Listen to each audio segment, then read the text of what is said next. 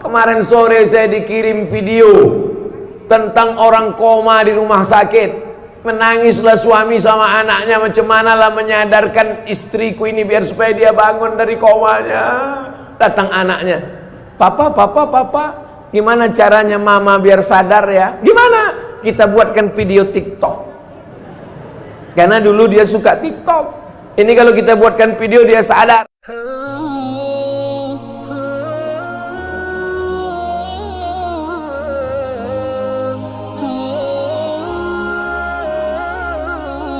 Warahmatullahi wabarakatuh. Alhamdulillah wassalatu wassalamu ala rasulillah sayyidina wa maulana Muhammad ibni Abdillah wa ala alihi wa sahbihi wa man da'a bi da'watihi wastanna bi sunnatihi ila yaumi liqa'i rabbih wa ba'du. Subhanaka la ilma lana illa ma 'allamtana innaka antal alimul hakim. Rabbi syrah li sadri wa yassir li amri wa hlul 'uqdatam min lisani yafqahu qawli. Yang sama-sama kita hormati para asatiz, tuan-tuan guru, alim ulama, tokoh masyarakat, ketua beserta seluruh pengurus masjid, hadirin hadirat jamaah fardhu subuh, insyaallah semuanya dimuliakan Allah Subhanahu wa taala. Man shalla subha fi jama'atin, siapa yang salat subuh berjamaah, fa ka'annama shalla laila kullah, dapat pahala seperti sholat sepanjang malam. Kita tak sanggup sholat sepanjang malam. Kalau ada orang Batam sholat sepanjang malam dari isya sampai subuh, dijamin siang ini tumbang. Karena kita ini memang manusia yang terbatas, tidurnya terbatas, tegak sholat lama terbatas, berzikir terbatas, makan yang tak ada batas. Tapi kalau sudah melakukan aktivitas ada batasannya, maka Allah tahu kita tak sanggup, kita tak mampu, lalu kemudian dia kasih keringanan, cukup dengan sholat subuh berjamaah. Alhamdulillah masjid kita ini, masjid apa namanya? Nurul Huda. Masjid Nurul Huda ini luar biasa, karpetnya cantik, kipasnya banyak, suara mikrofonnya pun terang benderang. Imamnya pula hafal Quran 30 juz. Masjid lain imamnya hafal juga tapi juz 30. Di Masjid Nurul Huda 30 juz. Suaranya pun sedap, doanya pun mantap, tak ada kurangnya. Jamaah melimpah ruah. Nampaknya macam-macam tak sampai Covid ke Batam. Karena sampai sekarang belum ada teori yang mengatakan Covid ini bisa berenang untuk sampai ke Pulau Batam. Tapi walaupun begitu fotonya jangan di-share, nanti saya bisa kena pidana. Mereka namanya pidana Covid. Kalau mau diambil foto saya sendiri aja lah. Jamaah ini jangan nampakkan. Jarang-jarang saya pakai jas Jenderal Sudirman ini. Mantap ya. Ada pula namanya dalam, Abdul Somad. Dikasih orang Batam. Malam tadi dikasih sama orang Batam. Tahu Bapak Ibu cuman rasanya pakai jas? Panas. Saya kan biasa ceramah pakai baju koko aja. Nah, ini perlu dijelaskan. Jangan sampai nanti jamaah berbisik-bisik, kenapa Ustaz tuh penampilannya agak lain sekarang. Menyenangkan hati orang itu adalah perbuatan yang paling ringan tapi pahalanya besar. Idkhalus surur fi qulubul mu'minin, menyenangkan membahagiakan hati orang. Dikasihnya kita baju, kita pakai bajunya. Kalau Bapak Ibu dikasih orang kain, pakai kainnya. Kalau dikasihnya cincin, pakai cincinnya. Sehingga ketika dipakai, nampaklah kita menghormati, menghargai dia. Aku tengok baju yang ku kasih ke Ustaz itu sekali pun tak apa pakainya, yang udah dijual nih pula baju itu. Al-hadiah la tuhdah, hadiah tak boleh dihadiahkan lagi pada orang lain. Bayangkan ada hadiah kita kasih ke orang, dipakainya tak pernah, tiba-tiba dikasihkannya pula ke orang lain, nampak mata kita, bayangkan sakitnya itu. Nah, Bapak Ibu yang dimuliakan Allah Subhanahu wa taala, membahagiakan orang lain, bagaimana kalau menyenangkan Allah Subhanahu wa taala? Kalau sudah hati kita senang, apapun akan kita kasih, betul? jamaah Batam ini senang betul hatinya dengan kedatangan Ustaz Abdul Somad yang ke-8 tahun.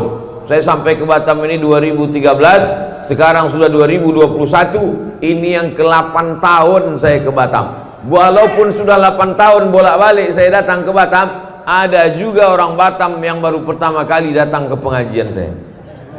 Alhamdulillah, senangnya bisa melihat Ustadz pertama kali. Lalu selama ini kemana aja kau? Saya selama ini cuma dengar online aja Pak Ustadz. Ini kan zamannya online sekarang. Anak-anak sekolah online. Efek dari online ini apa? Banyaklah anak-anak yang tak mandi pagi, tak gosok gigi. Di atas berjilbab, bawah pakai celana pendek. Karena online semuanya. Maka jangan sampai sholat berjamaah kita pun online. Mesti on time. Mesti tepat waktu. Mesti datang ke masjid. Walau berjarak, pasang jarak, social distancing. Tapi yang namanya memakmurkan masjid tetap tidak ditunda. Kalaulah cerita tunda-tunda, Covid ini mulai marak Januari 2020, sekarang sudah 2021, dia tak pergi-pergi. Jangan-jangan datang pula Covid, kawannya Covid-20, Covid-21. Maka ibadah inilah yang akan kita bawa menghadap Allah Subhanahu wa ta'ala, terutama sholat subuh berjamaah. Tapi cerita tentang sholat subuh berjamaah di Masjid Nurul Huda ini mubazir. Marilah kita sholat subuh berjamaah, tak ada gunanya, karena jamaah udah melimpah ruah, macam-macam tak muat masjid ini. Saya tengok ini perlu masjid ini dibesarkan lagi. Setuju? Siapa ngisinya? Ada masjid perumahan di salah satu kota tempat saya ceramah, ada masjid di situ, kecil aja masjidnya. Lalu saya tanya, kenapa masjid ini kecil? Sesuai kebutuhan Pak Ustadz. Besar-besar untuk apa? Tak ada jamaahnya katanya. Jadi kalau kita bangun masjid besar, sesungguhnya bukan untuk sekarang. Manusia ini makin lama makin banyak apa makin sedikit? Makin banyak. Dulu Batam ini 2-3 orang aja isinya.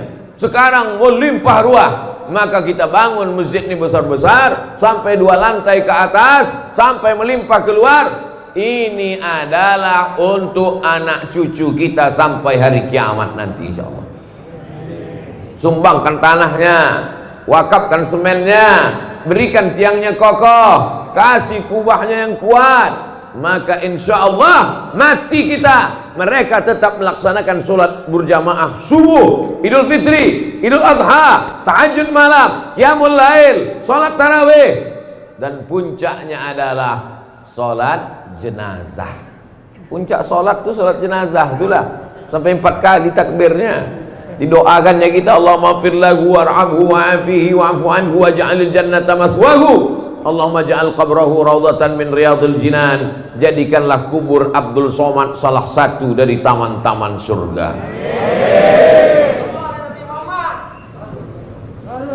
Allahumma sholli ala sayyidina Muhammad. Banyak pula selawat ketinggalan. Allahumma sholli ala sayyidina Muhammad wa ala ali sayyidina Muhammad. Jadi yang paling penting dalam hidup ini adalah istiqomah sholat berjamaah. Semalam saya dikirim foto oleh kawan saya di WhatsApp. Maaf beribu maaf. Foto yang dikirimnya itu jamaah di depan. Kawan saya ini di shop ketiga, jamaah di shop pertama, dia di shop ketiga. Di fotonya jamaah yang di shop pertama itu, apa kata dia? Aku sedih hatiku, bisa pula dia di shop 1, aku di shop 3. Saya tengok, biasa aja fotonya. Setelah lama-lama saya tengok, maaf beribu maaf, rupanya kawan yang di depan ini putus kakinya 1. Putus kakinya, bisa dia di shop pertama. Aku lengkap kakiku, bisa pula aku di shop ketiga. Tak sempurna anggota tubuhnya, tapi sempurna shopnya. Tak sempurna organ badannya, tapi sempurna khusyuknya. Kita ini, apa kita yang sempurna di hadapan Allah? Badan kita sempurna, akal kurang, sekilo kurang seon. Sempurna badan kita, tak sempurna khusyuk kita. Asal sholat terlambat, asal sholat terlambat. Yang parahnya Idul Fitri pun masbuk juga. Ilaha illallah Muhammad Rasulullah. Tapi jamaah Masjid Nurul Huda alhamdulillah tak ada yang terlambat. Itu yang berdiri di belakang itu tidak pernah terlambat dia. cuman dia mau mengasih tempat kepada orang di dalam. Begitulah hebatnya dia menyenangkan hati orang. Kalian kalau mau masuk surga masuklah, katanya, masuklah, aku singgah ke neraka sebentar. Waqina azabannar, selamatkan kami dari neraka ya Allah, amin. Orang yang sholat berjamaah maka dia amalnya setahun dibalas 27 tahun. Betul apa betul ini? Ada orang sholat berjamaah setahun, amalnya bertambah 27 tahun. Dari mana Ustadz rumusnya 27 tahun? Sholatul jamaati, sholat berjamaah, tafdulu sholatal fadzi, lebih utama daripada sholat sendirian. Bisa was ishrina darajah, 27 derajat. Subuh 27, zuhur 27, asar 27, maghrib 27, isya 27. Selama setahun maka bertambah umurnya berarti 27 tahun. Jadi kalau istiqomah dia tahun 2021 ini sholat berjamaah, bertambah umurnya 27 tahun. Bagaimana dengan orang Batam yang sudah istiqomah selama 10 tahun? Berarti umurnya bertambah 270 tahun. Terjawablah kenapa umat Nabi Muhammad SAW lebih dulu masuk surga daripada umat Nabi Musa, lebih dulu masuk surga daripada umat Nabi Isa. Mereka umurnya panjang, tapi lebih panjang lagi umur kita. Nabi Musa itu meninggal 120 tahun. Kita kalau istiqomah 10 tahun ini 270 tahun. Mana yang lebih panjang, umur umat Nabi Muhammad atau umat Nabi Musa? Umat Nabi Muhammad. Tapi syaratnya harus istiqomah. Kalau istiqomah setahun ini Pak Ustadz 270 tahun. 10 tahun 270 tahun. Lah agak-agak terlambat beberapa kali Pak Ustadz. Insya Allah kita carikan surat dispensasi maaf. Istighfar itulah maaf. Tak ada lain kecuali istighfar. Man lazimal istighfar, siapa yang memperbanyak istighfar, astaghfirullahaladzim, astaghfirullahaladzim, astaghfirullahaladzim, astaghfirullahaladzim alladzi la ilaha illa huwal hayyul qayyum wa atubu ilaih. Siapa yang memperbanyak istighfar, ja'alallahu lahu min kulli dhiqin makhraja, kesempitan hidupnya dikasih Allah kelapangan. Hidup ini ada orang hidupnya yang tak pernah sempit hidupnya. Sempit semua hidup orang. Dulu orang berpikir nanti kalau udah selesai kuliah ini tak sempit, makin sempit, tak dapat kerja. Nanti kalau udah dapat kerja ini makin sempit, belum menikah. Nanti kalau udah nikah ini mungkin lapang, makin sempit, tak dapat tunjangan. Nanti kalau sudah punya anak ini mungkin makin lapang, makin sempit. Orang merasa hidupnya sempit. Maka untuk menyelesaikan masalah ini, kata Nabi SAW, banyak-banyak beristighfar. Waja'alahu min kulli dhiqin makhraja. Setiap kesulitan hidupnya dikasih Allah Subhanahu wa ta'ala makhraja, solusi. Hidup ini tempat masalah, dunia ini tempat ujian. Jadi kalau ada orang heran, aku heran lah Pak Ustadz, kenapa lah hidup ini banyak kali ujiannya? Kau salah masuk tempat. Dunia ini tempat ujian. Jadi kalau ada orang mengeluh, kenapa hidup ini banyak kali ujiannya Pak Ustadz? Karena di sini tempat ujian. Kalau gitu aku masuk liang lahat aja lah Pak Ustadz. Memang tempat ujian lagi. Liang lahat itu tempat pertanyaan, marabbuka, man imamuka, ma kita buka. Dunia adalah tempat ujian, alam barzakh adalah tempat pertanyaan, akhirat adalah tempat titian siratal mustaqim. Maka puncak yang kita inginkan, tempat ketenangan adalah surga jannatul firdaus insyaallah. Amin. Idza sa'altumullaha fas'alul firdaus. Kalau kalian minta surga, mintalah surga jannatul firdaus, surga yang paling tinggi jannatul firdaus. Insyaallah yang di atas ini semua dapat surga jannatul firdaus. Mereka di atas ini tak apalah agaknya prestasinya, bisa pula dia lebih tinggi dari kepala kita, bayangkan. Baik yang dimuliakan Allah Subhanahu wa ta'ala, tidak ada larangan masjid lantai 1, lantai 2, lantai 3. Seandainya masjid itu tidak boleh lantai 1, lantai 2, lantai 3, tak akan ada Masjidil Haram sampai 4 lantai ke atas, tak akan ada Masjid Istiqlal tinggi menjulang ke atas. Artinya mereka bukan tidak hormat, tidak sopan, tidak santun. Memang masjid ini sekarang ke atas, karena kalau ke samping mahal pembebasan tanah-tanah. Tapi masjid ini memang ke atas, ke depan perlu lantai atas, lantai paling tinggi di atas tempat convention hall, lantai keduanya tempat orang pelatihan-pelatihan, pertemuan di atas, pelatihan-pelatihan. Supaya apa? Setiap tempat itu efektif.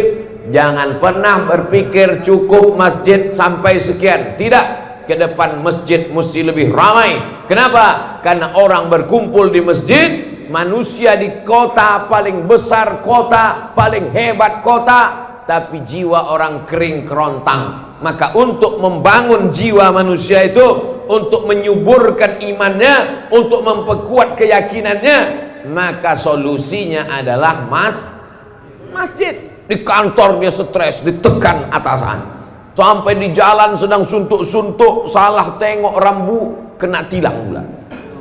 Udah jelas-jelas di situ ada razia, tapi tak nampaknya prit kena. Di kantor ditekan atasan, di jalan pula kena razia, balik rumah pula anak menangis tak berhenti-berhenti. Di manalah dia mendapatkan ketenangan? Maka ketika terdengar suara azan maghrib, Allahu Akbar, Allahu Akbar, datang dia ke masjid, habis kena air wudhu, bersih kepalanya, tenang pikirannya, masuk dia ke masjid. Beban berat hidupnya diadukannya kepada Allah. Allahu Akbar. Tak ada yang lebih besar daripada Allah. Besar masalahmu di kantor, mengadu kepada Allah yang maha besar. Besar masalahmu di rumah, ada Allah yang maha besar. Allahu Akbar. 2 kali dia katakan Allahu Akbar. Habis itu apa kata dia? Allahu Akbar kabira walhamdulillahi katsira. Aku kemarin dipuji-puji orang, sekarang orang tak memuji lagi. Kemarin disanjung-sanjung orang, sekarang orang tak menyanjung lagi. Dulu kalau sambutan ketua masjid, sambutan kepala sekolah, disebut namanya. Sekarang sudah tidak sebut-sebut lagi. Orang yang gila pujian, ketika tak dipuji stres. Nama penyakitnya post power syndrome. Dulu kalau datang ke masjid disambut orang dengan tala'al badru alaina. Begitu sudah tak ada jabatan, ditengok orang pun tidak, ngerasa tak dihormati. Maka Allah mengatakan, jangan kau tersinggung. Allahu Akbar kabira walhamdulillahi katsira. Yang layak dipuji-puji itu cuma Allah. Walhamdulillahi katsira. Dulu diagungkan orang, dulu disanjung orang, dulu dimuliakan orang. Wa subhanallahi bukratan wa asila.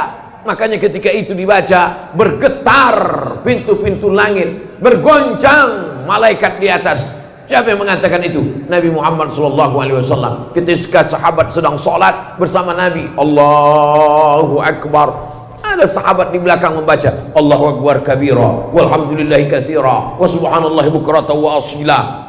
Nabi tak pernah mengajarkan doa itu.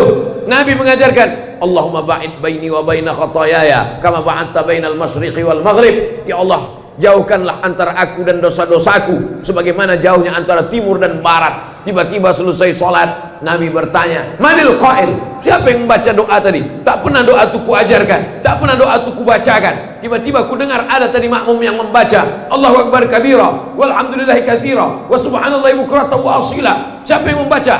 Sahabat pun angkat tangan. Aku ya Rasulullah. Gentleman, mengaku, tidak diam-diam, tidak hanya bersuara lalu menghilang. Aku yang membaca itu ya Rasulullah. Kata Nabi, futihat abwaabus sama, terbuka pintu-pintu langit karena doa yang kau baca. Hadis ini diriwayatkan oleh sahabat Nabi Abdullah bin Umar bin Khattab, anak Umar bin Khattab. Sejak mendengar doa itu, aku tak pernah meninggalkannya walau sekalipun. Allahu Akbar kabira walhamdulillahi katsira wa subhanallahi bukratan wa asila. Saya yakin 90% jamaah masjid ini bacaan iftitahnya Allahu Akbar kabira. Betul? Kita bacanya dari kecil, saking hafalnya sudah, tak ingat kita entah kapan kita bacanya. Lajunya kalah Valentino Rossi. Allahu Akbar kabira. Selesai. Salat adalah perenungan, salat adalah khusyuk, salat adalah kesadaran bahwa kita sadar kita sedang berhadapan dengan Dia bukan berhadapan dengan tiang, bukan berhadapan dengan dinding. Salat adalah kita berhadapan dengan dia. Siapa dia? Wajjahtu wajhiya, ku hadapkan wajahku. Aku bukan menghadap gubernur, aku bukan menghadap presiden, aku bukan menghadap menteri, aku menghadapkan kepada dia yang menghidupkan gubernur, yang menciptakan presiden, yang mematikan pejabat-pejabat. Yuhyi wa yumit wa huwa ala kulli syai'in. Wajjahtu wajhiya lilladzi fatara as-samawati wal arda hanifan musliman wa ma ana minal musyrikin. Inna salati wa nusuki wa mahyaya wa mamati lillahi rabbil alamin. Kalau sudah kita serahkan semua urusan kita ke Pak Kades, insya Allah selamatlah KTP kita. Amin. Kalau sudah kita uruskan semuanya ke Pak RT, ke Pak RW, ke Pak Wali, insya Allah selamat. Kalau orang begitu yakin urusannya diurus dari mulai RT, RW, Kades, Kadus, Wali Kota, Gubernur, kenapa dia ragu kalau urusannya diserahnya kepada Allah Subhanahu wa ta'ala? Orang yang bingung dengan urusan dia, padahal udah diuruskannya kepada Allah. Orang yang bingung dengan urusan dunia, padahal udah diserahkannya kepada Allah. Sama seperti orang naik pesawat, dipeluknya kopernya. Naik dia ke pesawat, dipeluknya kopernya kuat-kuat. Datang pramugari tanya, Pak, kopernya di atas aja. Enggak, aku takut jatuh. Apa pula kau takut koper ini jatuh? Kau aja pun belum tentu selamat sampai tujuan. Tapi kalau sudah kau ikatkan safety belt, sudah kau ikatkan, apa namanya kalau kita naik pesawat tuh? Nah, ikat pinggang, seat belt. Kalau udah kita ikatkan seat belt, maka insya Allah selamatlah kita. Tercabut atap pesawat itu, tapi orang yang duduk di kursi pesawat tak lepas. Kenapa? Karena seat belt. Seat duduk, belt ikat pinggang. Seat belt duduk dengan pinggang terikat. Tercabut atap pesawat, maka semua penumpang yang ada di situ selamat. Yang hilang siapa? Pramugari. Kenapa? Karena pramugari tak pakai seat belt. Begitulah pengorbanan dia. Makanya saya kalau dicapa pramugari itu saya jawab, Pak Ustadz, iya kata saya. Kenapa? Karena dia udah berkorban untuk kita. Bapak ibu yang dimuliakan Allah, ada ibu-ibu di sini. Masya Allah, tabarakallah. Ibu-ibu sebetulnya tidak sholat ke masjid, tapi karena ada pengajian, karena amanah, perempuan sholatnya di rumah, di dalam kamar, di dalam tempat yang sempit. Sekarang ada orang melarang, jangan sholat ke masjid, perempuan jangan ke masjid, tapi ke mall boleh.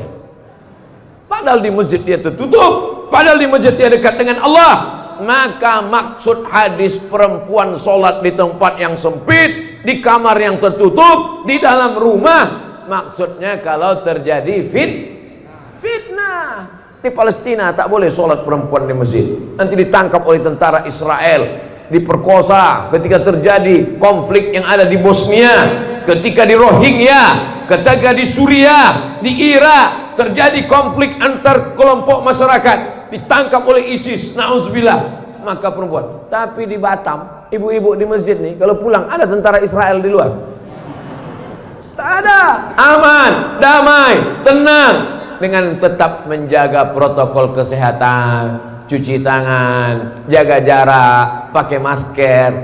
Ustadz ceramah pakai masker, ustadz aja tak pakai masker. Nih pakai masker, walaupun di dagu. Tak ada nanti orang mengejek-ejek, apa itu Abdul Somad ceramah tak pakai masker. Nih tak nampak kau pakai masker. Jamaah ini insya Allah tak ada mengejek-ejek saya. Tapi kalau di upload ini nanti haters banyak. Bahasa Inggrisnya haters, bahasa Arabnya syaitan. Yang jempolnya begini tuh. Apa polisi ceramah ini ya? Anda memang dibayar untuk ngasih ini. Bapak ibu yang dimuliakan Allah Subhanahu wa ta'ala. Tapi kita tak peduli pada itu semua, karena amal kita adalah lillah. Lelahku lillah. Tak ada lelahnya kalau karena Allah. Tapi kalau karena manusia, capek kita beribadah nih kalau karena manusia. Ustadz kita imam hafal Quran, dibacanya ayat sampai 1 halaman, mantap sudah. Apa kata manusia? Panjang kali ayatnya. Dibaca pula pendek, Yasin, Allahu Akbar. Apa kata makmum? kok bisa dia jadi imam ya? Hidup nih kalau kita ikut cakap manusia capek kita. Betul? Yakin kata Allah, benar kata Rasulullah, benar kata ulama, jalankan. Kalau saya ikut komen orang, oh capek. Ustaz kalau ceramah jangan kuat-kuat lah. Bergetar hatiku ketika melihat wajahmu. Udah habis itu Ustaz pun slow-slow. Jamaah sekalian, marilah kita mendekatkan kepada Allah. Ustaz kok slow kali macam bencong katanya. Yakini bahwa itu benar, tidak melanggar aturan pemerintah, mengikuti sunnah Rasulullah. Sir ala barakatillah, begitu kata guru-guru kami dulu. Sir ala barakatillah. Sir artinya berjalanlah ala barakatillah. Insya Allah hidupmu akan diberkahi oleh Allah Subhanahu wa ta'ala. Khairul umur, sebaik-baik manusia, sehebat-hebat manusia. Kata doa Nabi, Allahumma barik li ummati fi bukuriha, berikan berkah pada umatku ini di waktu pagi. Bukur pagi, bukratan pagi, bukratan wa asila pagi dan petang. Wa subhanallahi bukratan wa asila pagi dan petang. Bukrah artinya pagi, bukrah besok pagi, bukur pagi, bukur pada waktu pagi. Berkahi umatku ini pada waktu paginya. Siapa nama anak kau? Bukratan wa asila. Kenapa begitu? Yang satu lahir pagi, satu lahir petang. Ya Allah, berkahi umatku ini pada waktu paginya. Artinya apa? Siapa yang bangunnya paling pagi, itulah hidupnya paling berkah. Sekarang di dunia internasional, di Asia Tenggara ini, Asia Tenggara, Thailand, Singapura, Malaysia, Brunei Darussalam, Indonesia, Filipina, setelah diteliti ternyata yang paling cepat bangun paginya itulah yang di seberang Batam, Singapura. Mau Islam, mau tak Islam, asalkan dijalankannya sunnah Nabi Muhammad SAW, siapa yang paling awal bangun paginya, maka dialah yang paling maju. Singapura itu maju karena mengikuti sunnah Rasulullah SAW, paling awal bangun pagi. Belum lagi azan subuh udah bangun orang Singapura. Orang kita disatukannya duha sama subuh. Saya jadi dewan juri musabaqah tilawatil Quran, tinggal di hotel di samping pantai. Sholatlah kami ke Masjid Agung, nama daerah tak usah sebutkan, menjaga kode etik jurnalistik. Sholat subuh dari hotel ke masjid, kiri kanan kedai kopi buka. Hebat, cepat betul kedai kopi ini buka. Belum azan masjid kedai kopi dah buka. Harus tengok isi kedai kopi. Ayah, cincai-cincai lah. Yang minum kopi orang kita, yang punya kedai kopi, ketika dia kaya duitnya banyak marah. Ngapa ini?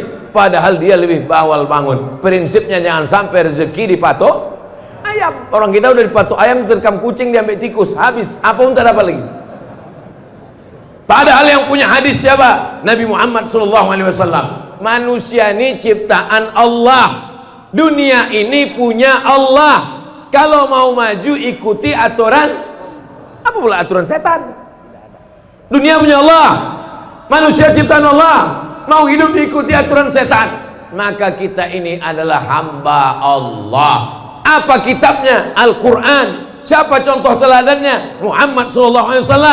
Siapa teknisinya? Kalau kita punya TV, kalau kita punya mesin, kalau kita punya barang, kita beli ke pabrik, ada juklaknya, ada katalognya. Apa katalog hidup ini? Quran. Siapa model contohnya? Nabi Muhammad. Nabi tak ada lagi sekarang. Lalu siapa kita ikut? Al-ulama warasatul anbiya. Ikuti para ulama. Ulama yang macam mana? Ulama yang takut kepada Allah Subhanahu wa ta'ala. Karena kata Allah dalam Quran, innama yakhshallaha, yang takut kepada Allah min ibadihil ulama. Ulama lah yang takut kepada Allah Subhanahu wa ta'ala. Walaupun dia ahli fisika, walaupun dia ahli biologi, walaupun dia ahli matematika, kalau dalam hatinya takut kepada Allah, maka sesungguhnya dia ulama. Ulama artinya berilmu. Anak-anak kita mesti berilmu, tapi dengan ilmunya itu dia takut kepada Allah. Bukan dengan ilmunya itu dia buat pesawat canggih, tapi justru melupakan Allah. Dengan ilmunya itu dia buat TV mantap, tapi isinya melalaikan kepada Allah. Kemarin sore saya dikirim video tentang orang koma di rumah sakit. Menangislah suami sama anaknya, macam manalah menyadarkan istriku ini biar supaya dia bangun dari komanya. Datang anaknya, papa, gimana caranya mama biar sadar ya? Gimana? Kita buatkan video TikTok. Karena dulu dia suka TikTok. Ini kalau kita buatkan video dia sadar. Itulah yang sekarang jadi tontonan orang. Bayangkan, mau menyadarkan dari koma pun mau dibuatkan TikTok. Nah, habis kiamat udah dunia ini.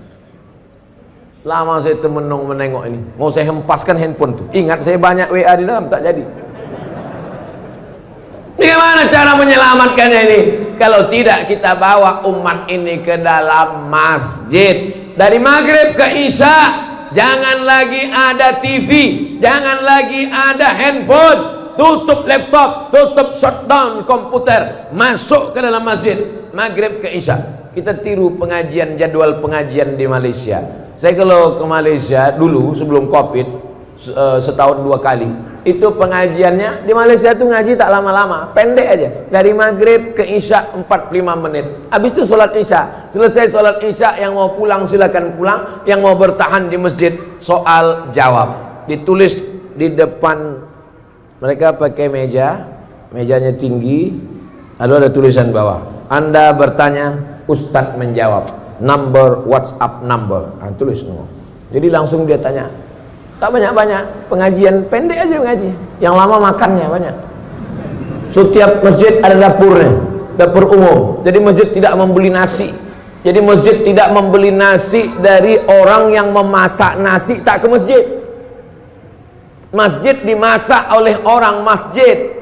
Nasi dimasak oleh orang masjid. Ketika memasak dia berwudu, ketika memasak dia bersolawat, ketika memasak kencingnya berbasuh. Sehingga orang yang memakan itu ada rahmat dan barokahnya. Masjid ini ada dapurnya. Buatkan dapurnya. Sehingga kita, oh kalau begitu apalah guna nanti catering Pak Ustadz? Bagus.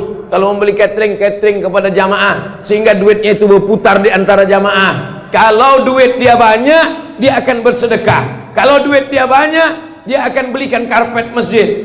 Belikanlah uang kita kepada jamaah yang kira-kira kalau duit jamaah itu banyak akan balik juga ke masjid. Setuju? Itulah yang membuat orang marah kepada Abdul Somad ini. Abdul Somad cerita tentang duit, Abdul Somad cerita tentang politik. Karena memang di mana-mana ceramah saya itu isinya 3. Perbaiki pendidikan, pengajian di masjid berkualitas. Perbaiki ekonomi, belanja kepada jamaah supaya duitnya berputar antara jamaah. Tahu ada jamaah yang punya penyewaan mobil, sewa mobil dia. Tahu antara jamaah ada yang punya laundry, pakai laundry dia. Tahu di antara jamaah ada yang jual buah, beli buah dia. Tahu jamaah ada yang jual tanah, kabarnya kau jual tanah. Iya. Tanah siapa yang kau jual? Entah, aku pun tak tahu tanah siapa. Bapak Ibu yang dimuliakan Allah Subhanahu wa taala. Masjid menjadi sentral tempat berkumpul. Ada orang yang sangat kaya, bingung mau kemana lah aku campakkan duitku ini Pak Ustaz. Bingung aku Pak Ustaz. Ada pula satu lagi jamaah yang sangat susah, tak tahu dia kemana mau mengadukan kesusahannya. Yang menawarkan duit pinjaman cuman rentenir, lintah darat. Semua yang di laut-laut ini kalau sudah naik ke darat jahat semuanya. Contohnya lintah darat dan buaya darat.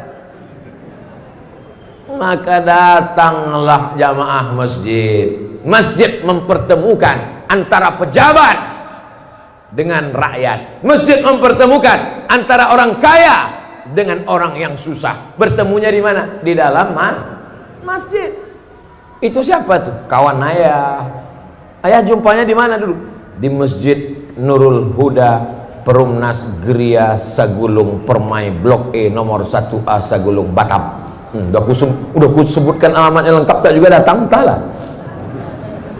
Di mana jumpanya? Di masjid. Di mana disolatkan jenazahnya? Di masjid. Di mana dia mengadukan kesusahannya? Di masjid. Diangkatnya tangannya, Allahu Akbar. Ditempelkannya keningnya ke lantai, lalu diucapkannya Subhana Rabbiyal A'la wa bihamdi. Kalau duitnya banyak, di mana diletakkannya duitnya yang banyak itu? Di masjid. Sampai ke masjid tengok, apalagi yang kurang. Ini nampaknya udah tercabut-cabut kubahnya. Berapa? Banyak. Ini nampaknya berapa? Ini nampaknya kipas angin tak hidup. Kenapa? Segitu. Jangan ketika duit banyak ke mall, pas duit tak ada ke masjid. Orang yang model begini, jenazahnya jangan disolatkan, bawa ke jembatan Barelang. Bapak Ibu yang dimuliakan Allah Subhanahu wa taala, insyaallah tak ada. Itu maka saya katakan begitu. Insyaallah semua jamaah masjid ini baik-baik semuanya insyaallah. Amin. Jam berapa waktu sholat maghrib di